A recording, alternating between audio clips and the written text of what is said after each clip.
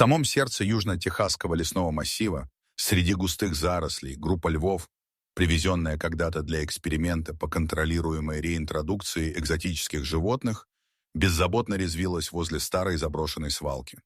Одна большая пластиковая канистра, когда-то в ней хранилось растительное масло, каталась перед ними по сухой земле, скользя под жарким ветром.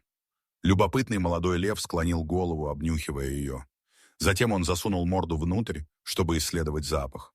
Остатки еды внутри заставили его попробовать слизнуть что-то со стенок. Его голова углубилась внутрь, и он больше не смог вытащить ее обратно. Жесткий потрескавшийся пластик с узким горлышком плотно сжался вокруг его шеи. Он начал дергаться, паниковать, трясти головой и кататься по пыльной земле. Но коробка не спадала.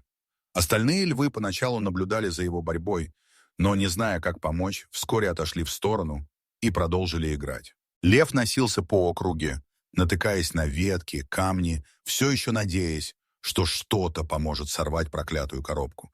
Но каждый удар делал только хуже. Горло болело все сильнее, и коробка впивалась глубже. В конце концов, истерзанный и запуганный, он отделился от Прайда и побежал вглубь леса. Не видя, не чувствуя, не слыша толком, он бесцельно блуждал. Прошли дни. Сначала он еще пытался сражаться. Потом просто шагал, как тень. Тело его исхудало, ребра выпирали из-под обтянутой пересохшей кожи. Мех, когда-то густой и золотистый, теперь выпадал клочьями, слипался от грязи. Пластиковая коробка душила его. Она мешала дышать, удерживала тепло. Его лапы все чаще подкашивались. Он перестал рычать, перестал бороться. Просто двигался вперед, медленно, неуклюже. Над ним закружились стервятники, учуяв слабость и приближение смерти. Остальные звери избегали его, как будто чувствовали, что перед ними нечто неестественное, умирающее. Зрение потускнело. Слух расплывался. Головная боль гремела внутри, как будто череп вот-вот лопнет. Он был в аду, без воды, без тени, без жизни вокруг. Его шаги тащились по сухой раскаленной земле. Его сердце еще держалось за крошечную надежду. На 7-й день он был почти мертв. Только неровное дыхание говорило, что он еще жив. И тогда, каким-то чудом, он вышел из леса. Впереди были чужие земли. Пахло странно. Людьми, асфальтом, машинным маслом. Он переполз через сломанный забор, оставшийся от старой фермы, и выбрался на шоссе, там, где начиналась жилая зона пригорода. Впервые в жизни дикий лев вышел к людям. Не охотиться, а просить о помощи. Джейк и Эмили, молодая пара туристов из Колорадо, возвращались в мотель после дневной поездки. Вдруг они увидели, как из кустов на дорогу вышло существо. Джейк резко затормозил. Они увидели льва, точнее его скелет, с пластиковой коробкой на голове. Эмили вскрикнула, но сразу поняла, он не нападает. Он обессилен. Он просто стоял посреди дороги, покачиваясь. Он был настолько худ, что выглядел как ходячий скелет.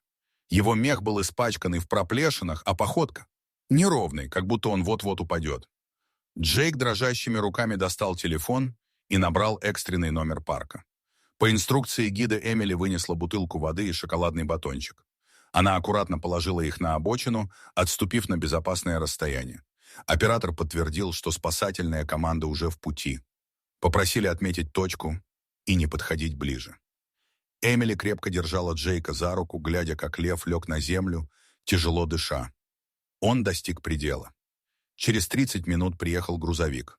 2 рейнджеров, Райан и Крис, вышли из машины с переносной клеткой, успокоительным, веревками и ножницами. Райан осмотрел льва и подал знак отойти. Крис нацелил винтовку с транквилизатором. Один щелчок, игла попала в заднюю лапу.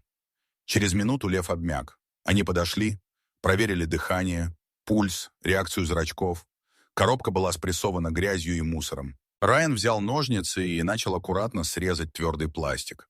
С каждым слоем обнажалась глубокая рана. Кровь, гной, царапины, впившийся край горлышка. Наконец коробка упала. Голова льва была в ужасном состоянии. Глаза запали, нос потрескался, уши опущены, вся морда в царапинах. Они осторожно обернули шею тканью, уложили его на носилки и перенесли в клетку. Крис закрыл дверь, а Райан тяжело вздохнул. Он повернулся к паре и тихо сказал: «Вы двое только что спасли ему жизнь». Джейк кивнул. Эмили вытерла слезы. Она знала. Они поступили правильно. Грузовик взревел и исчез вдали. Лев спал в клетке. Его грудь едва заметно поднималась и опускалась. Он был на грани, но у него появился шанс. В медицинском центре национального парка команда ветеринаров уже была готова. Льва положили в изолятор, подключили к капельницам, ввели антибиотики, стабилизаторы, противошоковые препараты. Шею обработали, зашили, наложили марлю. Его мыли, чистили, отмечали язвы и повреждения. Он оставался в коме, но его сердце билось. Ночью дежурили по очереди. Первую пищу, жидкий мясной бульон, ввели зондом. Утром он открыл глаза. Через 2 недели Лев начал вставать. Его кожа заживала, шерсть отрастала. Он начал тихо рычать, как настоящий хищник. Его выпускали в огороженный вольер, тренировать походку и нюхать свежую траву. Он стал снова здоров.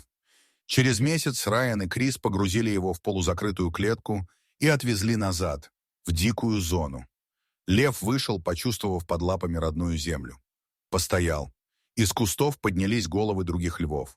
Он сделал вдох и медленно пошел вперед, прежде чем исчезнуть. В зарослях он обернулся. Его взгляд встретился с глазами 2 людей, что спасли его. Это было молчаливое благодарное прощание. А потом он исчез. Позже Джейк и Эмили были отмечены на Техасском фестивале охраны дикой природы. Они рассказали эту историю со слезами на глазах. Их слушали сотни, и сотни вдохновились. Райан и Крис продолжили свою незаметную работу. Охранять, спасать, предупреждать. А та самая пластиковая коробка теперь стоит в центре музея при парке. Как символ. Напоминание о том, к каким трагедиям может привести бездумное загрязнение природы. Дорогие зрители, что вы думаете об этой истории? Расскажите, пожалуйста, в комментариях. А если вам понравилось это видео, то ставьте лайк и подписывайтесь на наш канал. До свидания.